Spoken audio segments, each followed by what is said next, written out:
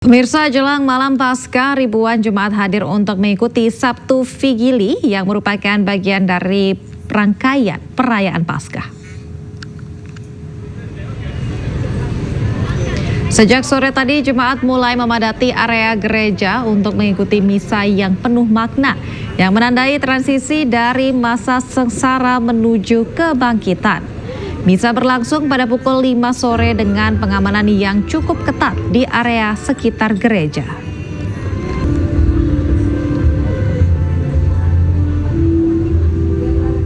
Pemirsa, untuk selengkapnya kita akan langsung bergabung dengan rekan Wenda Nura yang berada di Gereja Katedral Jakarta.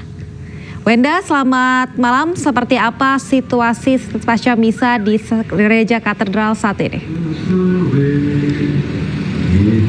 Ya, selamat malam Aulia dan juga pemirsa.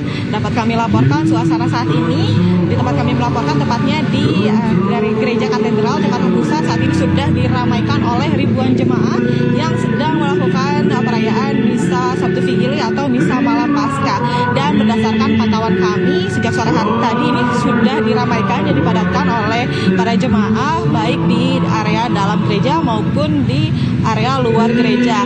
Dan dapat kami informasikan bahwa selama rangkaian perayaan Paskah 2025 ini di Gereja Katedral dapat menampung sebanyak 4.500 jemaah, baik di area dalam gereja, di area Gua Maria, di Plaza Maria, dan yang paling banyak adalah tempat kami melaporkan saat ini di halaman Gereja Katedral yang sudah disediakan dan juga tenda dan mampu menampung sebanyak 2.500 jemaah.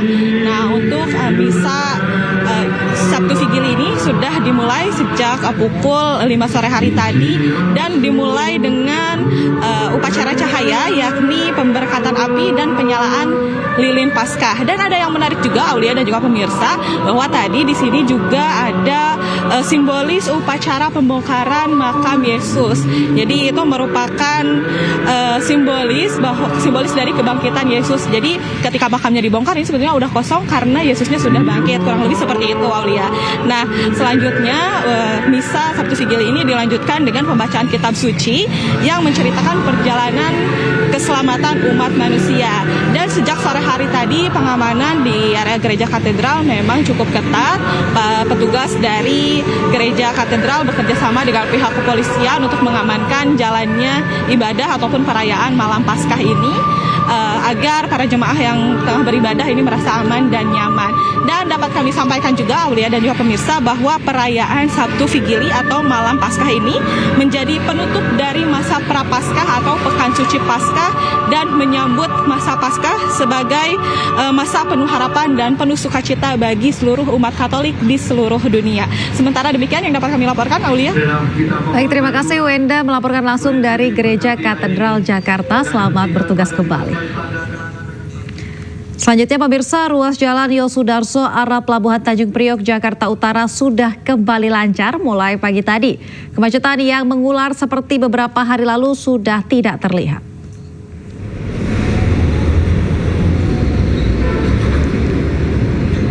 Meski demikian, masih terlihat ada sejumlah truk kontainer yang melintas menuju ke arah Pelabuhan Tanjung Priok. Selain itu, lalu lintas dari arah sebaliknya, yakni Tanjung Priok menuju Cempaka Putih hingga Cawang, terlihat ramai lancar. Sebelumnya terjadi kemacetan pada Kamis dan Jumat lalu. Kemacetan mengular terjadi di Jalan Yosudarso menuju ke arah pelabuhan. Ratusan kendaraan tak bisa bergerak selama lebih dari 3 jam. Kemacetan ini disebabkan oleh penambahan volume bongkar muat di Pelabuhan New Priok Container Terminal 1. Selain itu, Pelabuhan NCPT 1 memiliki kapasitas bongkar muat 2.500 kontainer per hari, tetapi pada Kamis lalu volume bongkar muat meningkat 2 kali lipat.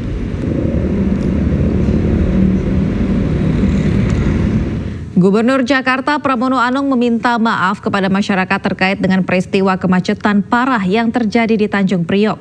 Pramono langsung memberi teguran keras ke Pelindo imbas kemacetan tersebut.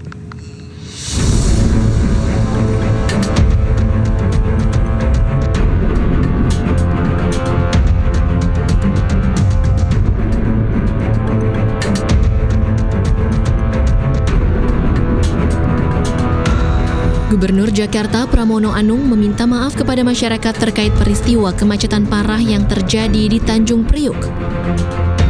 Pramono mengaku bertanggung jawab atas kemacetan tersebut meskipun tidak ada kaitannya dengan pemerintah Provinsi Jakarta.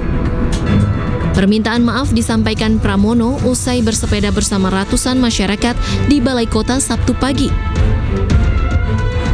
Menurutnya, kemacetan terjadi karena kelebihan kapasitas kendaraan di dalam area pelabuhan. Pramono telah meminta Kepala Dinas Perhubungan Jakarta untuk memberikan teguran keras ke PT Pelindo dan operator Tanjung Priok. Peristiwa yang terjadi di Tanjung Priok ini sungguh membuat saya resah. Untuk itu secara khusus saya ingin menyampaikan permohonan maaf sebesar-besarnya. Walaupun sebenarnya tidak ada hubungannya sama sekali dengan pemerintah Jakarta. Yang terjadi di dalam Tanjung Priok untuk muatannya yang harusnya 2.500 truk per hari, kemarin itu dipaksakan untuk menjadi 4.000 truk per hari. Sehingga mengalami jam dan akhirnya saya juga baru tahu tadi pagi dari Kepala Dinas Perhubungan bukan lagi 4.000 tetapi menjadi 7.000 truk per hari. Ini menunjukkan bahwa ketidakprofesionalan pengelola yang ada di Tanjung Priok. Untuk itu saya sudah meminta kepada Kepala Dinas Perhubungan untuk memberikan teguran sekeras-kerasnya.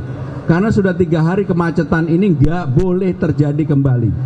Dan Pelindo secara terbuka sudah meminta maaf baik kepada pemerintah Jakarta yang terkena akses dari hal tersebut maupun kepada masyarakat. Tetapi apapun karena ini terjadi di Jakarta, sebagai Gubernur Jakarta saya bertanggung jawab dan memohon maaf atas kejadian tersebut dan tidak boleh terjadi kembali.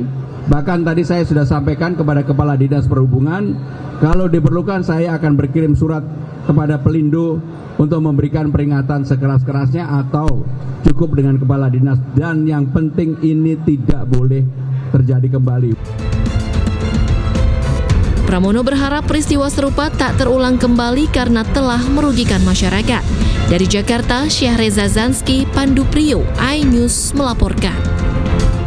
Kita ke informasi lainnya, pemirsa. Pelaksanaan pemungutan suara untuk pemilihan suara ulang pada Pilkada Kabupaten Serang dan Gorontalo Utara hari ini mulai dilakukan oleh Komisi Pemilihan Umum. Meski diulang, tak mengurangi antusias warga untuk memilih.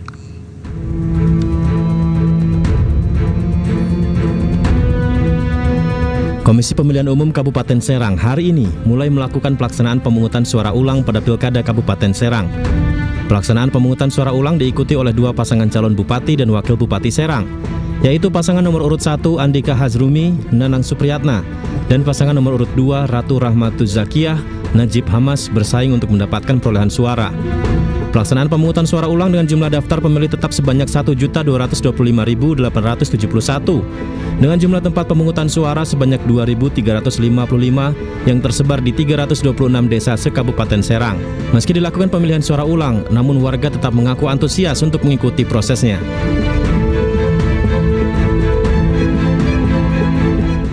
Lumayan rame sih, ya udah pada mau nyoblos pagi hari ini. Sebelumnya nyoblos di sini juga apa? Iya, di sini ini lagi ngantri.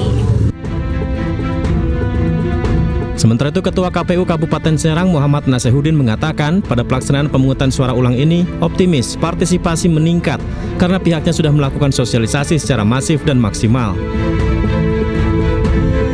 Alhamdulillah semuanya berjalan dengan lancar dan hari ini kita bersama tim melakukan monitoring memastikan kegiatan yang berlangsung dengan baik dan sesuai dengan peraturan yang sebagaimana telah ditetapkan gitu. Sejauh ini ada kendala-kendala Pak? Ya alhamdulillah ada sih kendala tapi semuanya sudah diselesaikan. Misal kaitan dengan pemilih kan harus bawa KTP tuh, maka dijelaskan dan semuanya memahami dan akhirnya bisa diselesaikan gitu. Dengan pelaksanaan pemungutan suara ulang hingga sampai penghitungan perolehan suara, pihaknya menghimbau kepada semua lapisan masyarakat dapat menjaga keamanan dan ketertiban selama berlangsungnya PSU hingga penghitungan perolehan suara.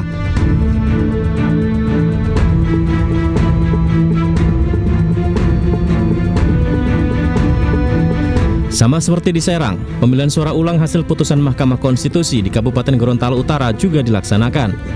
Pada pilkada ulang ini, Gorontalo Utara diikuti 3 pasangan calon, yakni Roni Imran, Ramdan Mapile, Torik Modanggu, Nurjana Yusuf, dan Muhammad Sidik Nur Muksin Badar. Meski dilakukan pemilihan ulang, namun warga tetap antusias mengikuti jalannya proses pemilihan.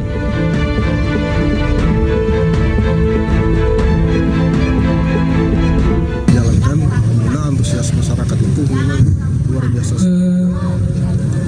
TPS dan saksi nomor urut 349 atas nama Perstipasi itu menggunakan pendamping TPS 1 dan akan beliau dalam perasa kita juga sudah masuk. alhamdulillah sebagaimana kita lihat pelaksanaannya sudah luar biasa. Nomor urut 349. Rekapitulasi di tingkat kecamatan ditargetkan selesai pada Senin 21 April nanti. Dari Gorontalo Utara, Gorontalo, dan dari Serang, Banten, Nur Faizi Lahasan dan Mahesa Apriandi, iNews melaporkan. Pemirsa, tim gabungan penegakan hukum terpadu Bawaslu Banten menangkap tangan sejumlah orang yang melakukan politik uang dalam pemilihan suara ulang Pilkada Kabupaten Serang. Setidaknya ada 12 orang yang ditangkap dan berikut barang bukti sejumlah uang. Video amatir ditangkapnya sejumlah orang saat membagikan uang menjelang pemilihan suara ulang Pilkada Kabupaten Serang terekam video amatir. 2 terduga pelaku ditangkap saat beraksi di Jalan Baru Bendung, Pamayaran, Kecamatan Cikusal, Serang, Banten. Berdasarkan informasi, keduanya diketahui merupakan bagian dari tim pemenangan paslon 01 dan modus yang mereka gunakan yakni dengan meminta kartu keluarga dari calon pemilih untuk dicatat ke dalam daftar nominatif. Kemudian para pemilih dijanjikan uang tunai sebesar 50.000 per orang untuk mendukung paslon 01 dalam pemungutan suara ulang.